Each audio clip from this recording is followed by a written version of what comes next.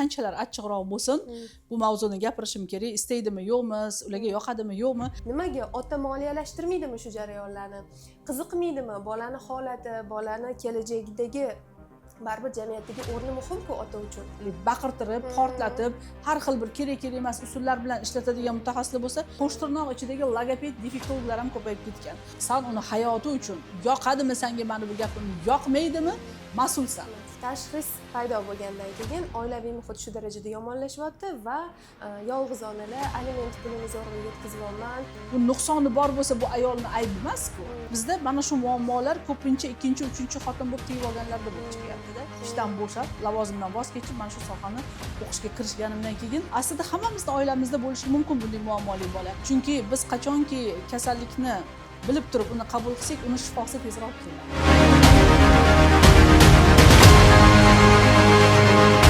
Assalomu alaykum, hurmatli kuzatuvchilarimiz, hurmatli ota-onalar. Bugun sizlar bilan dolzarb mavzuda suhbat olib boramiz va bugungi suhbatimiz mehmoni Shoira Isakova, oilaviy va bolalar psixologi, 25 yildan beri ko'plab oilalarga yordam berib kelayotgan bizani hurmatli mehmonimiz. Assalomu alaykum Shoira opa. Va alaykum assalom. Sizni ko'rib turganimdan juda ham xursandman. Bugun siz bilan hozirgi paytda juda ham aktual bo'lib kelayotgan tashxislar, shu tashxisli oilalardagi oilaviy psixologik muhit haqida suhbatlashsak, o'ylaymanki manfaatli suhbat bo'ladi. Haqiqatan ham yaxshi mavzularni ko'targansiz, chunki bilishimcha siz defektolog va defektologlarga albatta murojaat qiluvchi bolalarimiz soni oxirgi 5 yillikda nihoyatda ko'paygan. Nimaga ko'paygan degan savollarni berishimizdan oldin aytishimiz kerakki, bu Covid paytida tug'ilgan bolalarning 100 dan deylikki bir 30%da defekt, nuqson paydo bo'lib qolyapti. Bu tug'ma o'sha tug'ilish va o'sha tug'ruqdagi muammolar va Coviddan keyingi asoratlar natijasida tug'ilgan bolachalar. Biz bugun buni amaliyotimizda ko'ryapmiz. To'g'ri, qo'shilaman. Ko'rigimizga ham aynan shu 2019-2020 yilda dunyoga kelgan bolalar, shundan keyin karantindan keyin rivojlanishida orqaga ketish bo'lgan bolalar ko'p va oilalardagi muhit ham salbiy o'zgarganini ham ko'rsak bo'ladi. Aynan tashxisni qabul qilish, tashxisli bolaga yondashish, juda ham ko'p holatlarda onalarimiz bola tashxisli bo'lgandan keyin depressiyaga, stress holatlariga tushib qolishadi va bu bevosita boladagi natijaga ham katta ta'sir o'tkazadi. Shunga sizni fikringiz qanaqa? Ko'rigingizga shunaqa holatlar ko'p uchrayaptimi? Birinchi navbatda bitta narsa bor. Biz bolamizni qanday kasallik bilan kasallanishdan qat'iy nazar uni qabul qilishga o'rganishimiz kerak. Chunki biz qachonki kasallikni bilib turib uni qabul qilsak, uni shifosi tezroq keladi. Agar biz uni yashirsak, uni hammadan oshkor qilishdan qo'rqsak, vaqtida mutaxassisga olib bormasak yoki vaqtida o'sha shifokorga olib bormasak, u asoratli kasalliklarga o'tib boraveradi. Bizda birinchi navbatda shu onalarimizni ilmi baland bo'lishi kerak. Aynan farzandni tug'ildi, uni dunyo qarashi ustida, uni sog'lig'i ustida, uni psixologiyasi ustida onalarimiz ko'proq bosh qotiradi va men har doim aytaman, onalar ilmli bo'lishi shart bugungi 21-asr talablarida. Va mana shunday holatlarda, yo'q, meni bolam soppa-sog', meni bolam kasal emas, meni bolam nogiron emas, meni bolamda hech qanaqangi nuqson yo'q deb yillar davomida bu nuqsonni bostirib kelishadi. Aslida hammamizning oilamizda bo'lishi mumkin bunday muammoli bola. Masalaga to'g'ri qarashni o'rganishimiz kerak. Vaqtida davolansa, vaqtida mutaxassisga olib borilsa, vaqtida dori-darmonini ichsa, uni tuzalishi tezroq bo'ladi. Chunki yosh organizm unga to'g'ri tashxis qo'yadigan mutaxassisga olib borish kerak. Men nazarimda bugun ijtimoiy tarmoqlarda qo'shtirnoq ichidagi psixologlar bilan birgalikda qo'shtirnoq ichidagi logoped, defektologlar ham ko'payib ketgan. Bu sohaga avvalambor o'qish kerak. Bu logoped bo'ladimi, defektolog bo'ladimi, surdolog bo'ladimi, surdopedagog bo'ladimi yoki boshqa bir yo'nalishlar bo'ladimi, albatta bakalavr bo'lmasa magistr diplomiga ega bo'lishi shart. Endi 2017-yilda shunaqa bir vaziyat bo'ldi. Nuqsonli bolalarni juda ko'p olib kelishdi. Men psixologman, men nuqson bilan ishlamayman yoki o'sha psixikadagi nuqson, aqldagi nuqsonlar bilan biz endi ishlamaymiz. Biz yo'nalishimiz emas, lekin bolaga diagnoz qo'ya olmayman. Bundoq qarayman, ko'raman, qanaqa diagnoz bo'ldi bu? Tafakkurda orqada qolish, idrokning buzilishi, diqqat yetishmovchiligi, autizm holati, psixik rivojlanishda orqada qolish, aqlini orqada qolib ketishlaridek. Keyin men majbur bo'ldim 1,5 yil kurs o'qishga. o'sha paytda man bir tizimda ishlayman davlat korxonasida. Man bo'shab, ishdan bo'shab, lavozimdan voz kechib, mana shu sohani o'qishga kirishganimdan keyin man o'zim uchun juda ham ko'p yangi bilimlar olganman. Man xohlardimki, o'sha farzandida nuqsoni bor bo'lgan onalarni har doim aytaman. Defektologiyani yoki logopediyani o'qinglar o'zinglar uchun. To'g'ri, qo'shilaman. O'qimasanglar bo'lmaydi, chunki o'qimasa soxta logoped, soxta defektologlarga aldanib yuraveradi. To'g'ri. Va bir qiziq jarayon bor, bizda shunaqangi shoshamizda onalar. Shu bugun olib borsakda, ertaga tuzatib bersa. Ko'pincha o'zimga o'sha qabul kelganda aytadiki, Shoripa bitta qabul yetarmikin bizga deydi. Men bitta qabulda muammoni o'rganaymi, uni kelib chiqish sababini o'rganaymi, u shaxsni o'rganaymi, shaxsning ruhiy holatini o'rganaymi, ulgurmaymiz. Bitta seans yetmaydi. Kamida 4 ta 5 ta seanslarga qarab cho'zilib boraveradi, natija bo'ladi. Defektologiyada yoki logopediyada bu keldingizmi, avval tashxisni to'g'ri qo'yish kerak. O tashxis nima bilan bog'liq? Faqat nutq apparatlari bilan bog'liqmi yoki miyada qanaqadir bir o'zgarishlar, tug'ilish jarayonidagi nuqsonlar bilan bog'liqmi? Aniqlash uchun albatta o'zini mutaxassisga olib borish kerak. Va bevosita hozir ham misol uchun o'sha nuqsoni bo'ladigan bo'lsa, men mutaxassislarga chiqaraman. Aynan o'qimishli, diplomi bor bo'lgan, malakasi, tajribasi bor bo'lgan va o'zimiz ham bundoq kuzatib ajrata olamiz. O'sha mutaxassisga yo'naltiramanki, nimaga onalar sarson bo'lib yurmasin. To'g'ri. O'zi shundoq ham stressda, shundoq ham siqiladi. Shundoq ham butun sog'lig'i, umri, kuchi, quvvatini sarflaydi-da bolasiga.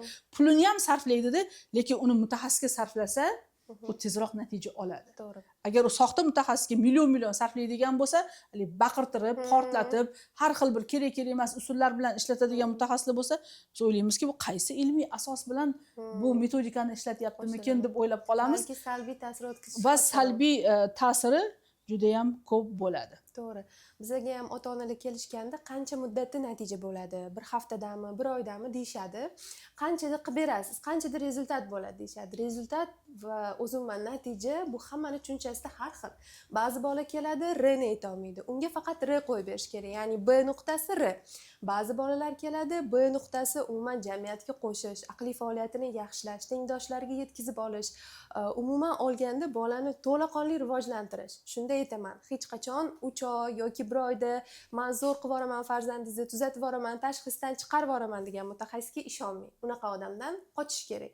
Hech kim bizani yo'nalishda garantiya bera olmaydi. Hech kim bizani yo'nalishda avvaldan farzandingizni mana shuncha muddatda zo'r qilib yuboraman deya olmaydi. Bundan tashqari hozirgi kunda markazimizda mati-одиночкаlar, ya'ni o'zbek tilida aytadigan bo'lsak, yolg'iz onalar ko'payyapti. Tashxis paydo bo'lgandan keyin oilaviy muhit shu darajada yomonlashyapti va yolg'iz onalar aliment pulini zo'rg'a yetkazib olman, mashg'ulotdan chegirma qilib bering deyshadi. Nimaga? Ota moliyalashtirmaydimi shu jarayonlarni? Qiziqmaydimi bolani holati, bolani kelajakdagi baribir jamiyatdagi o'rni muhim-ku ota uchun. Shunaqa paytda ularga qanaqa psixologik podдержка berishi bilmayman. Ya'ni qo'llab-quvvatlash qanaqa bo'lishi kerak? Qanaqa fikr bildirasiz? Birinchi navbatda bitta narsani aytib ketaman, mayli qanchalar achchiqroq bo'lsin, bu mavzuni gapirishim kerak, istaydimi, yo'qmi, ularga yoqadimi, yo'qmi, hech qachon ayol kishi nima deydi? Yaxshi bir farzandiga otalik qila olmaydigan erkakni olib qolishga urinish kerak emas. Birinchidan unaqa erkakni o'zi tanlamasligi ham kerak. Ikkinchi masala bor, bizda mana shu muammolar ko'pincha ikkinchi, uchinchi xotin bo'lib tegib olganlarda bo'lib chiqyapti-da. Yolg'iz ona. Savol beramiz, erkak ketib qoldi. Nimaga ketadi? Qani uni otalik mas'uliyati? Qani undagi otalik o'sha nomini oqlash? Farzand saniki ham. Bu nuqsoni bor bo'lsa, bu ayolning aybi emas-ku. Demak, bu yerda bitta narsa bor, biz mana nuqsonlar bo'yicha rosa ko'p o'rganamiz. Ilmiy tadqiqotlarni o'tkazamizda, bilasizmi? Nuqsonli bolalar ko'p holatlarda hammada ham emas, nosog'lom erkakdan va nosog'lom ayoldan, nosog'lom palapartish yashagani natijasida ham kelib chiqar ekanda. O'tirib o'yladik, o'sha misol uchun o'sha erkakdagi infeksiyalarning natijasida farzandida o'sha nosog'lom urug'ning paydo bo'lishi va hokazolar. Bitta narsa bor. Sen farzandni dunyoga keltirdingmi? Sen uni hayoti uchun yoqadimi senga mana bu gapim, yoqmaydimi? Mas'ulsan. Mas'ul, to'g'ri. Seni bolam nogiron ekan yoki mana bunaqangi aqli zaif ekan deb tashlab ketish kerak emas. Qarash kerak bolaga o'qit kerak. Shunaqa bir tadqiqotni o'rganganmiz Yaponiyada, DCB bilan tug'ilgan farzand onasi defektolog bo'ladi. Aynan shu bolasini oyoqqa qo'yish uchun ona shu defektologiyani o'rganadi. o'rganib bolasini o'sha rivojlanishi ustida nutqini rivojlanishi, diqqatini rivojlanishi, tasavvuri, aqliy faoliyati, intellektual salohiyati hammasini ustida ishlaydi-da, bolasini sog'lom jamiyatga qo'sha oladi. U ona haqiqiy qahramon. Bizda esa ba'zi onalar xafa bo'lmanglar, jabrdiydani yoqib olasizlar. Sizga hech kim yordam bera olmaydi. O'rningizdan turib o'zingiz harakat qilasiz. Aka-ukalaringiz berishi mumkin, opa-singlingiz berishi mumkin, qisman davlat yordam berishi mumkin. Lekin shu qadamni qo'yib yetgan paytinglarda farzand tug'ilish mas'uliyatini bo'yningizga olgansizlar. Farzandni sog'lom qilib voyaga yetkazishni ham mas'uliyatini bo'ynimizga olishni o'rganishimiz kerak. Yo'q, biz kimlarnidir aybdor qilamiz, o'zimiz oppoq. Bunaqa bo'lmaydi. Ikkinchi masala. Defektologga kelayotgan paytda bugun sizni bolangiz mana shu nuqson bilan paydo bo'lgan bo'lsa, bilingki mana shu muammodan chiqishingiz uchun men to'g'risini aytaman. Psixolog sifatida ham ko'ramanda aytamanki, 10 yil maksimum olgin bolang uchun deyman. 10 yil bu bolani ustida doimiy izlanasan, doimiy o'qiysan, doimiy mutaxassislarga olib borasan. 1 yilda 3 marta kamida davolatasan. Shundagina bolang 17-18 yoshga borganda yaxshi bo'lishi mumkin. Bo'lmasam kechirasan. Bu seni bolang. To'g'ri tushuntirishga harakat qilish kerak. Siqiladi, yig'laydi, boshqa qiladi, ko'nadi. Qabul qilishimiz kerak. Qachonki biz qabul qilsak, muammoni yechimi osonroq bo'ladi. Biz tashlab qo'ya olmaymiz, bolam nogiron ekan yoki aqli zaif ekan yoki ishlash kerak. Bir shunaqa bo'lgan amaliyotimda aqliy rivojlanishda orqada qolgan bolani olib kelishgan. Qabulimga endi uyimga otasi olib kelardi. Uni maktabdagi o'qituvchilari bolangiz aqli zaif, bolangiz nenormalniy deb bo'lgan. 3-sinf, 2-sinfda o'qiydi bola.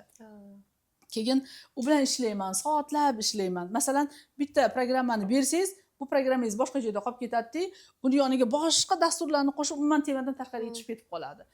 Yana uni yig'ib olib kelasiz. Muntazam shug'ullanganman. Ba'zan o'zim ham qiynalib ketardim, chunki ular ish vaqtimdan keyin uyimga olib kelishardi, menga ham og'irlik qilardi. Lekin o'sha bolada shu ochilishni qildim va onasiga ko'proq o'rgatdim. Qanaqa ishlash kerak bu bola bilan. Chunki sizga olib keladi, siz 1 soat shug'ullanasiz, lekin onasi uyga olib borib 10 soat shug'ullanish kerak. 1 oy kerak bo'lsa haftalab shug'ullanish kerak. Va onasi o'sha uydagi shug'ullanishni ona bo'yniga olgandan keyin ma'lum bir vaqt o'tdi, yaxshi joyga tushdi, keyin ona muntazam shug'ullanib shu sohani ichiga kirdi va ma'lum bir vaqtdan keyin 6-sinfda o'tganidan keyin otasi telefon qilyapti.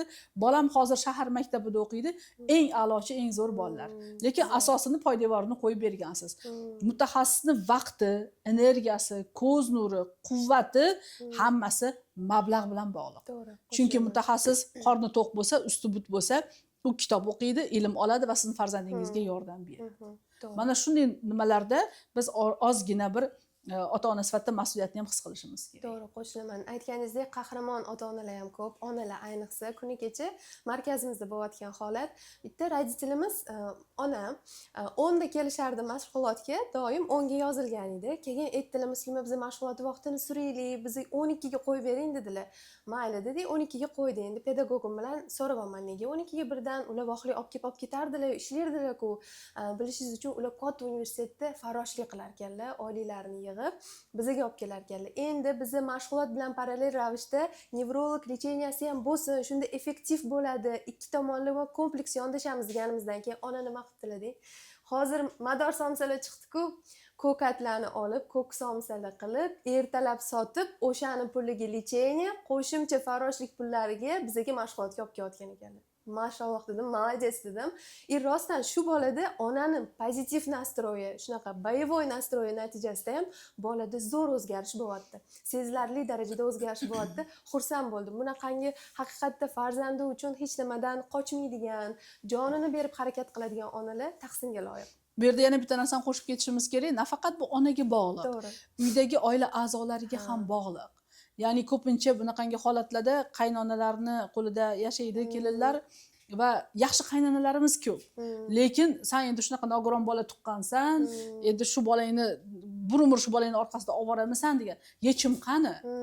Yechim bu yerda o'sha onani qo'llab-quvvatlash.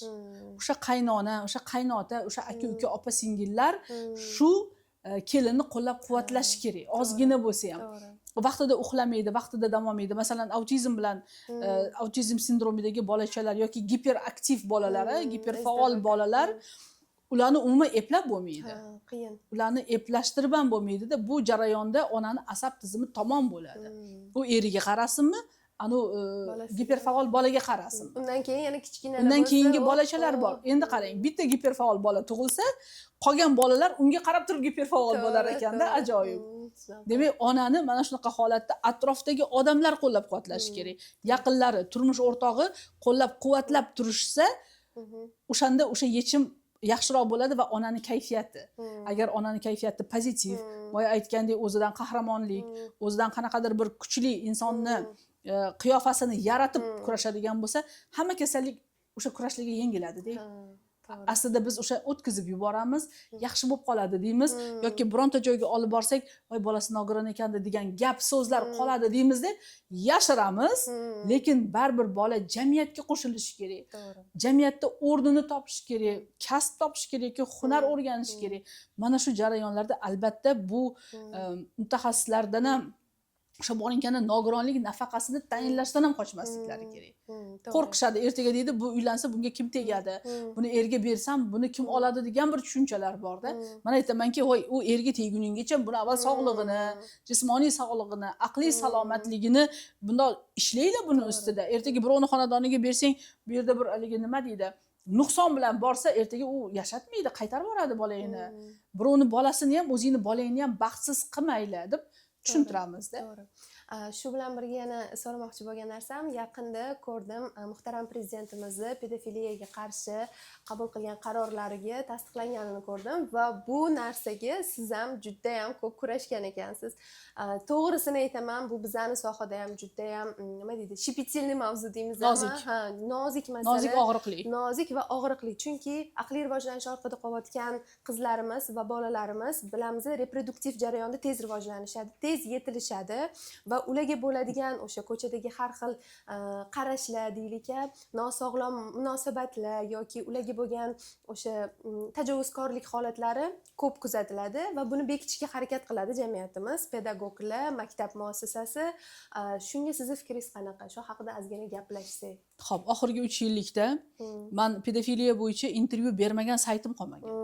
Hamma saytda, Kunuzda ham, Daryo Uzda ham, Sarvar Bahodirov YouTube kanalida onlayn keng bo'ladimi? Paradigma Uz, oxirgi intervyum Paradigma Uz va men shu intervyuda juda qattiq gapirdim, juda ham kuyunchaklik bilan gapirdim, chunki ko'ramiz shunaqangi bolachalarni, lekin ota-onasi ariza qiladi. Ariza qilsa ham uni isbotlab bera olmaysan deb hech qanday jinoiy javobgarlik yo'q. Lekin u ertaga qamoqdan chiqsa baribir shu narsani davom etadi va muhtaram prezidentimiz tomonidan mana shu jarayonga o'ta jiddiy qarab, o'sha pedofillarga nisbatan men endi o'lim jazosini xohlaganman, lekin ular umrbod qamoqni ma'qul ko'rdilar. Bu respekt. Nimaga? Chunki pedofillar ochiqda yuradi. U yaqinlarimiz, atrofimizda bo'lishi mumkin va mana shu qaror qabul qilingan qarordan keyin o'sha pedofillikka moyilligi bor bo'lganlar ham ozgina ongini ishlatishlariga to'g'ri keladi. To'xtatish kerak bu masalani. Chunki biladi ular, illatligini biladi. Yaqinlari biladi, lekin yashirishadi. Eng achinarlisi, ota-ona ariza qilishdan qo'rqadi. Ariza qilsam-u, bolam ertaga o'sha yomonotliq bo'lib qolsa-chi deydi. Va mana shuni o'z paytida nazorat qilish kerak. Endi ikkinchi masala bor. Aqli zaif yoki qanaqadir aqlida nuqsoni bor bo'lgan bolachalarga ham ko'z olaytiruvchilar ko'p-da. Chunki ular aytib bera olmaydi, kechirasizlar. Endi aqli zaif bo'ladimi yoki qandaydir bir nuqsoni bo'ladimi? Mana shu tergov jarayonida psixologlar ishtirok etadi va bolani berayotgan ko'rsatmasi psixologlar, psixoterapevtlar ishtirokida qabul qilinadi. Shuning uchun haligi aqli zaif ekan, bunga bemalol zo'ravonlik qilishi mumkin ekan degan bir fikrlarni miyanglardan o'chirib tashlaylar. Unaqa bo'lmaydi bundan buyog'iga. To'g'ri, to'g'ri. Juda ham og'riqli masalada ota-onalar bekitishadi. Xo'p, yana ba'zi bir narsalar bor bizning sohamizda, ular bevosita ota-ona bilan hamkorlikda qilinadi. Masalan, ba'zida o'zim aytaman, psixologga uchrang, psixolog bilan ishlang, sizni ruhiyatingiz ham ta'sir qiladi deyman. Shuning uchun siz qanaqa tavsiyalar bergan bo'lardingiz? Agar ona yoki ota-ona oilada tashxisli farzand dunyoga kelsa, qabul qilish, bu bilan kurashish jarayonlarida bir tavsiyalar bersangiz, o'ylaymanki manfaatli bo'ladi. Mana shunday oilalarda yoki imkoniyati cheklangan qandaydir bir nuqsonli bolalar tug'ilsa, ayrim holatlarda biz kuzatyapmiz, erkak darrov voz kechadi. go'yoki u uni bolasi emas. Kechirasiz, agar farzand sog'lom yoki nosog'lom tug'ilgan bo'lsa, u 99% erkakning urug'idan bo'ladi. Down farzand tug'ildi, biladigan oilalarimizda Downning yengil formati bo'ldi, erkak va uning ota-onasi bu boladan voz kechdi. Qizdan ham, kelindan ham voz kechib yubordi. Shunchalik ham nomardlik bo'ladimi? Mayli Down tug'ilibdimi yoki boshqa tug'ilibdimi, sen qabul qil shu bolachani, shu qizchani-da, shiringina qizcha. Ikkinchi masala, oila qurishdan oldin albatta erkaklarimiz ham borib o'sha urug'liklarda kerak bo'lsa urug'ligini tekshirtirib ko'rish kerak. Nimaga? Nuqsonli bolalar asosan o'sha erkak urug'idagi nuqsonlardan paydo bo'ladi. Agar urug' sog'lom bo'lsa, faol bo'lsa, hech qanaqangi viruslar bilan kasallanmagan bo'lsa, erkak to'g'ri yo'lda yurgan bo'lsa, uylangungacha ham har xil bir buzuqlarga bormagan bo'lsa, tana bu narsani saqlab qoladi va mana shunday holatlarni qilmagan bo'lsa, farzandi sog'lom tug'iladi. Agar shunday holatlarni shu yomon yo'llarda yurgan bo'lsa, uni oilasida bitta emas, bitta farzandda baribir shunaqa nuqsonlar kuzatilyapti. Yo ko'zida nuqson, labida nuqson, yuzida nuqson, tanada nuqson, ruhiyatda nuqson, aqliy faoliyatda nuqsonlar. Endi shunaqangi farzand paydo bo'ldimi, tug'ildimi bu oilada er-xotin birlashib olishi kerak. Birlashib turib shu farzandni sog'lig'i, jismoniy sog'lig'i, psixik salomatligi ustida birlashish kerak. Yo'q, bizda ayrim nomard erkaklarimiz hamma narsani xotinni bo'yniga yuklaydi-da, mana sani bolang, sen nogiron tug'ding. Bu osmondan tug'magan-ku, sani bolang-ku bu. To'g'ri qarash kerak va mana shu mas'uliyatni bo'yniga olish kerak. Olib kelish kerak, kerak bo'lsa ayoli bilan birgalikda o'sha mutaxassis qidirish kerak, olib borish kerak. Hattoki bitta oilani ishlaganimda ikkita farzandi sog'lom va bitta oxirgi farzandi o'sha aqliy rivojlanishda nuqson bilan tug'ilgan, lekin turmush o'rtog'i 10 yil davomida farzandini turli xil davlatlarga olib borib davolatgan erkak kishi. Yana ikkita farzandimiz ham bor deydi. Endi bu bolani aybi emas-ku deydi. Qayerdadir meni deydi o'sha sog'lig'imdagi muammolar tufayli shu bolam shunaqa bo'ldimi yoki bir qanaqadir nimadir ta'sir qildimi, bu Allohdan-ku.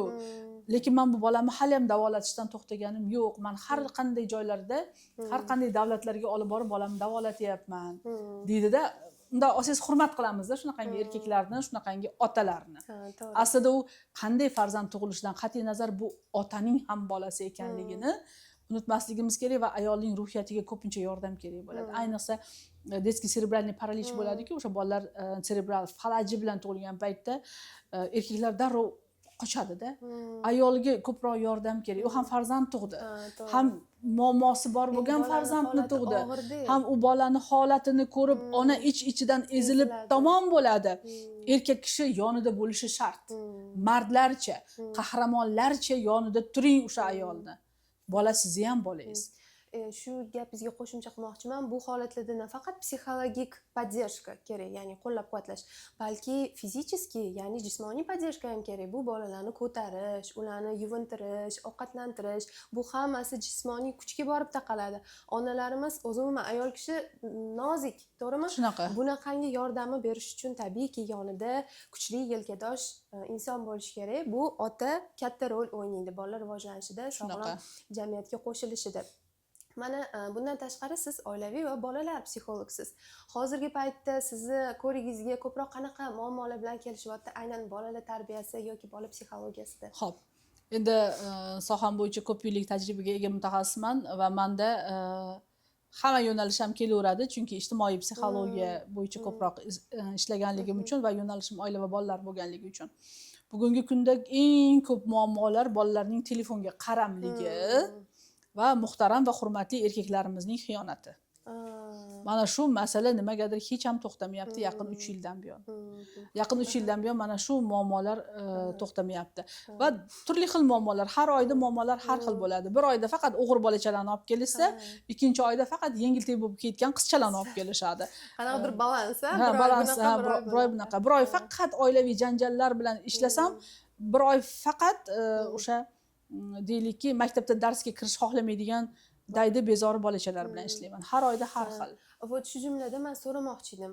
Mana markazimizda biz yosh kattaroq bolalar bilan ham ishlaymiz edi. 7 yosh, 8 yosh, 9 yosh. Shu davr bola psixologiyasida bilamiz eng yolg'onchi payti. Yolg'on o'ylab topishga usta, narsalarni Fantaziyalar fantaziya rivojlangan. kuchli rivojlangan. Darrov aldab boradi, qo'rqqanidan yoki bosim bo'lganidan. Shunaqa payt onalar so'rashadi, nima qilsam bo'ladi? Qanaqa taktika qilsam aldamaydigan bo'ladi bolam deb. Stroga turish kerakmi, qattiq jazolash kerakmi yoki o'rtoq bo'lib do'stona munosabat o'rnatish kerakmi? Nima qilsak bolamiz aldamaydi deb aytishadi. Birinchi navbatda onalar yaxshigina manipulyator ham bo'lish kerak-da. Birinchisi. Ikkinchisi, bolani rost gapirgani uchun doim rag'batlantirib turish kerak. Qachonki bola yolg'on gapiradi, bolaga bosim bo'lsa, bola rost gapirgan paytda rag'batlantirilmagan bo'lsa, rost gapirgani uchun rahmat aytib turishimiz kerak. Rahmat, rostini aytganing uchun siz, demak rost gapirsa u gapni eshitmaydi-ku. Demak rostini gapiradi. Va uchinchisi, bolani kuzatib, xatti-harakatlarini ko'rib, o'rganib, unga baqirmasdan, qo'l ko'tarmasdan ham tarbiya qilsa bo'ladi. Bugun bolalar juda ham bir boshqacha bolalar, chunki shartta yetib qo'ya qolishadi. Ya'ni yumshoq kulgi bilan, tabassum bilan, yumor bilan men o'zim hazillashib ishlayman-da. Sekin yonimga olib o'tirganimdan keyin aytamanki, "Xo'p, bolajonim, chiroyli bola ekansan, oydekkina ekansan, ki necha marta o'g'irlik qilganingni aytib bergin" desam, darrov aytib qo'yadi. Bolalar juda ham fantaziyor bo'lgani bilan bolalar juda ham sodda. Bolalarni ozgina yumshoq gapirib, yumshatib olsangiz, ozgina maqtab, ta'sir ko'rsatib olsangiz, u ichidagi hammasini aytib beradi. Hatto adasini puli qayerda turishini, adasi telefonda qaysi xotinlar bilan gaplashishini, hammasini bolalar sizga aytib beradi. Bolali uyda sir turmaydi deydi. Shunaqa. Tushunarli. Demak, baribir yaxshi do'stona munosabat har qanaqa holatda yechim bo'lar ekanda. Albatta. Tushunarli. Yana mana juda ham ko'p uchraydi ba'zi holatlarda. O'zim ham qiziqaman. Yaqinda ona bo'ldim, to'g'risini aytsam, 1,5 yosh farzandim. Endi bola psixologiyasiga yana ham chuqurlashyapman, chunki uni o'sha isterika paytlari, kaprizlarida, 1 yosh krizisi, tam 3 yosh krizisi hali oldinda shunaqa paytda qanaqa yo'l tutsam to'g'ri bo'ladi, qanaqa qilsam detskiy travma paydo bo'lib qolmaydi bolamda deb hozir psixologlar orasida bolalar travmasi, bolalik travmasi juda ham avj olib ketdi-ku. Shunaqa bolalar travmasi paydo bo'lmasligi uchun qanaqa ona bo'lish kerak? Bolalar travmasi, bolalikdagi travma degan narsalar bu aslida biznes. Bu demak, men ham marketing qurboni bo'lmaydi. Ha, bu aslida biznes. Psixologlarning, psixologlarning quroli, biznes. Bolalikda bola 3 yoshgacha onani qo'ynida va onani himoyasida bo'ladi. Uni himoyachisi, qo'riqchisi va ishonchli qo'rg'onchasi ona bo'ladi. Mana shu ona va bola rishtasini chiroyli mustahkamlab olsangiz bo'ldi, bolaga ortiqcha narsa kerak emas. Bola qo'rqmasligi kerak, chunki ko'p holatlarda bolani o'zimiz qo'rqitamiz. Biz o'zimizni talablarimizni bolaga keskin qo'yamiz, bolaning talablarini eshitmaymiz, his qilmaymiz, u nima xohlayotganlarini tushunishga harakat qilishimiz kerak. 1 yosh bola ham o'zining ehtiyojlarini ayta oladi, emotsiyalari orqali, mimikalari orqali xohish istaklarini ayta oladi. Va onalik bu katta maktab, katta ilm. Albatta buni o'sha onalikka xos bo'lgan kitoblarni, qo'llanmalarni o'qib ko'rish kerak va biz unutmasligimiz kerak, biz 21-asrni, ya'ni informatsiyalar ichidagi asrdagi bolalarni tarbiya qilayotganligimiz. Chunki onasining quchog'ida katta bo'lgan bolalar baribir mehrli bo'ladi. Onasini aytganini qiladi, onasini gapiga quloq soladi, onasi bilan yaxshi gaplashadi. Qarang, bironta bola onasidan uzoq bo'lmaydi. Qachon uzoqlashadi? Qachonki ona bolasidan uzoqlashsa. To'g'ri. O'z holiga tashlab qo'yilsa. O'ziga o'zi katta bo'lsa. Ha, shunaqa. O'zi katta bo'lib qoladi degan bir tushunchalar aslida tarbiyadagi eng katta xatolar ekanligini bilamizda. Chunki bitta nihol bo'lsa, endi bola niholda bo'lmaydi, shaxsga nisbatan majoziy ma'noda unga suv kerak, parvarish kerak. Uni o'sha qurgan barglari, ya'ni o'sha xulq-atvoridagi noto'g'ri narsalarni to'g'rilab turish kerak. Uni tartibi intizomi haqida gapirib turish kerak, maqtab turish kerak, bolani rag'batlantirib turish kerak. Uni u bilan faxrlanib turish kerak, g'ururlanish kerak ona. Agar mana bu metodlarda bular, mana shularni qilib boradigan bo'lsa, bola uni ko'radi-da, o'shanga qarab amal qiladi. Yana fursatdan foydalanib so'rab olaylik. Bola psixologiyasiga oid ko'p adabiyotlar o'qiyapman dedim-ku. Yaqinda bitta jumlaga juda ham diqqatimni qaratdim. O'g'il bolani ko'proq ota qattiq turib urishish kerak ekan, qiz bolani ko'proq ona qattiq turib urishish kerak ekan. Ya'ni urishadigan payt o'g'il bolani ota, qiz bolani ona urish kerak ekan. Bu psixologiya nuqtai nazaridan qanchalik to'g'ri? Endi ikkala tomon ham agar adekvat, Ha. urushda ham me'yor saqlaydigan, urush paytida shaxsiyatiga o'tib ketmaydigan bo'lsa, mumkin. Lekin ko'p holatlarda erkaklar oshirib yuborishadi. Ha. Ya'ni shu darajada qo'rqitadi yoki shu darajada urushadiki, bolani ko'karmagan joyi qolmaydi yoki bolani shaxsiyati shu darajada haqoratlanadi. Endi u tarbiya emas-da. Unaqangi qilib tarbiyalab bo'lmaydi. Gaplashish kerak, ha, bolam o'tir, noto'g'ri ish qilibsan, ha. Nimaga shunaqa bo'ldi? Qanaqa vaziyatda, qanaqa holatda o'zing bilibmi, bilmaymi deb ozgina bir-birini to'g'ri tushunib oladigan bo'lsa, bola tushunadi. Chunki bola agar katta odam bo'lganda u xato qilmasligi mumkin edi. To'g'ri. Bola nomi bilan bola va u xato qilishga, xatolardan xulosa chiqarishga haqli. To'g'ri. Biz ota-onalar o'zimiz katta ekanligimizni, bola esa ancha bizdan pastda, kichkina, u himoyaga muhtoj ekanligini doim bilib eslatib turishimiz kerak Xuddi shunaqa. o'zimizga. Endi sizni tajribangiz menga juda ham qiziq. Mana 25 yildan beri ishlaysiz. Hozirgi kundagi bolalar va 10-15 yil avvalgi bolalarni solishtiradigan bo'lsak, farq bormi? Ularning holati, nima deydi? Dunyoqarashida, rivojlanishida qanaqa farqlar sezasiz? Xo'p.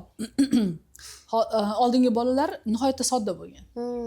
Sodda va to'g'ri so'z, to'g'ri gapni qabul qiladigan bo'lishgan.